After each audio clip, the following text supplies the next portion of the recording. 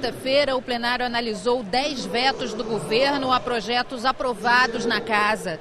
Em 6 propostas, o veto foi mantido. Entre elas, a que obriga escolas estaduais a oferecerem pelo menos 10% de alimentos orgânicos na merenda dos alunos. Outras 4 propostas foram retiradas de pauta a pedido dos autores. No expediente final, o deputado Luiz Paulo defendeu a volta das obras do Comperj e disse que os municípios do estado devem aprimorar a arrecadação de impostos. Os municípios ditos petroleiros não podem equacionar as suas vidas de arrecadação somente em cima de royalties, participação especial. Eles têm que valorizar as suas receitas de IPTU, de ISS, de ITBI, ter uma cobrança forte na sua dívida ativa, né? E não é o que tem ocorrido. Os municípios têm deitado nos louros de uma super arrecadação de petróleo e gás e descurado do restante. E o Tribunal de Contas está apertando, né, no sentido que isso não continue a ocorrer. De outro lado, não haverá recuperação econômica do Estado sem que o Comperj seja concluído e a indústria naval possa receber as encomendas da Petrobras. Porque essas duas áreas precisam de investimentos na ordem de 50 bilhões de reais. O deputado Anderson Nogueira defendeu mais transparência nas contas das prefeituras do estado. O governo federal tem boas ferramentas de transparência, o governo do estado piores do que as do governo federal e que precisam ser aprimoradas, mas quando a gente bate na maioria dos municípios do estado do Rio de Janeiro, à exceção de poucos, nós temos uma verdadeira caixa preta que não se abre. E é importante que essa transparência possa ser uma constante de cada prefeitura, independente de partido político, independente de governo. O deputado Jorge Felipe Neto anunciou que a Secretaria de Desenvolvimento Social da Prefeitura do Rio fará uma ação nesta quinta-feira para acolhimento de moradores de rua em Bangu. É fundamental, principalmente nos centros dos bairros, nos centros comerciais principalmente, que haja essas ações com relação ao acolhimento compulsório das pessoas em situação de rua e também daqueles que estejam viciados nessa droga maldita que é o crack.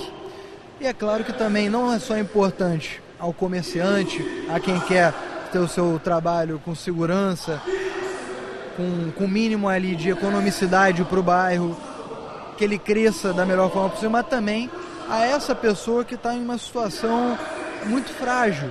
O deputado Tio Carlos criticou a manutenção do veto ao projeto do deputado Nelson Gonçalves e da ex-deputada Clarissa Garotinho, que autoriza o governo a conceder isenção de ICMS para a aquisição de veículos de transporte escolar. Faltou um pouco de sensibilidade, até porque é um projeto que, com a alegação do governo, é um projeto autorizativo, mas enfim, nós buscamos aí, já fiz essa colocação, de que se passou pela Comissão de Constituição e Justiça, os nossos pares teriam que ter tido uma avaliação um pouco mais criteriosa, no aspecto que é um projeto de vital importância.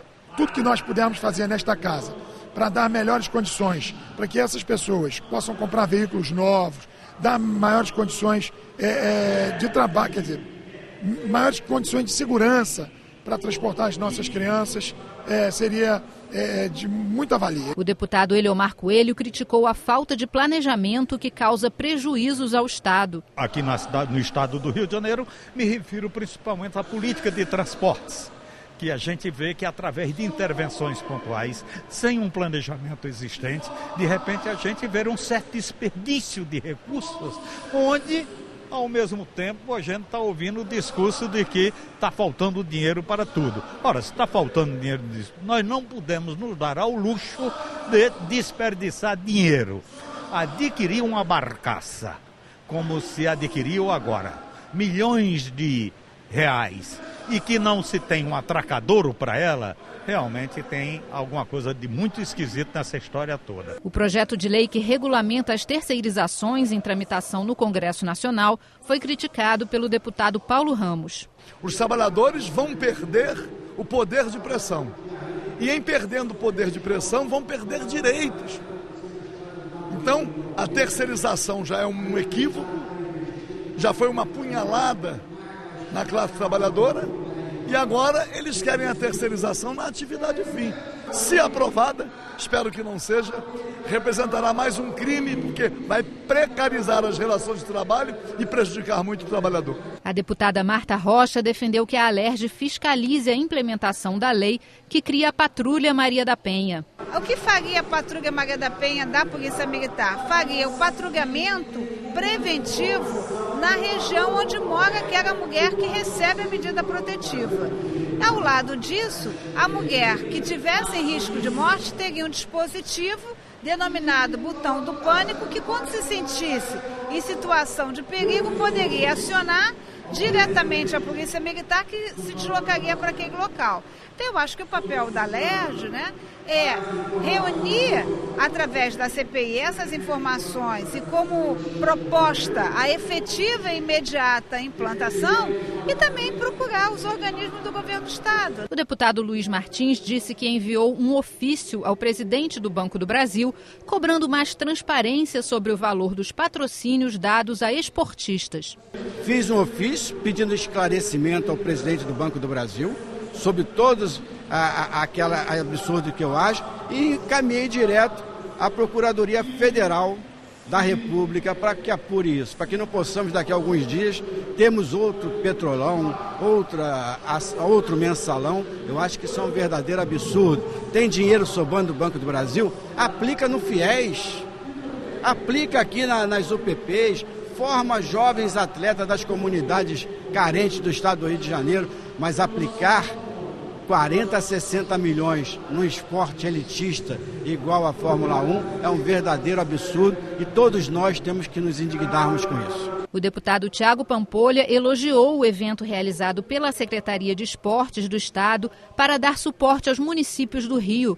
O secretário Marco Antônio Cabral anunciou o investimento de 4 milhões de reais em cidades que vão receber Jogos das Olimpíadas. Ele queria, na verdade, ouvir as demandas de cada um, cada problema de cada cidade, também a vocação de cada cidade, onde ela poderia contribuir mais, quais eram as dificuldades, para ter esse relato, esse mapeamento do esporte no Estado e, a partir disso, propor iniciativas através da Secretaria de Esporte que pudesse ajudar essas cidades com mais dificuldades e potencializar o esporte nas cidades com mais condição de realizar. E também anunciou o aporte de 4 milhões de reais para poder incentivar atletas, poder incentivar aqueles atletas que já estão dentro do esporte, daquela modalidade esportiva, para eles conseguirem ser alta performance, e interagir mais dentro daquele esporte. E o deputado Domingos Brazão pediu apoio dos parlamentares para a aprovação de 2 projetos de lei que determinam que as multas aplicadas pelas agências reguladoras do Estado às concessionárias de serviços públicos sejam revertidas em melhorias nos sistemas. Apresentamos esses 2 projetos com limitadores. Até 100 mil o FIR, que hoje seriam cerca de 200 e poucos mil reais, ficam nas agências reguladoras. A partir desses valores, são convertidos para dentro do sistema, em qualquer concessionárias que são fiscalizadas por essas agências. Inclusive, a partir de 15 de agosto, a Companhia Estadual de Água e Esgoto, a SEDAI, também passará a ser fiscalizada pela agência reguladora. Então, seja água, esgoto, seja companhia de gás, seja barcas, seja metrô, seja trens, enfim, seja qualquer serviço que contem com a fiscalização das agências reguladoras, que, dentro das suas competências contratuais para aplicar multas, esses valores acima de 100 mil FIR vão ser convertidos nos serviços.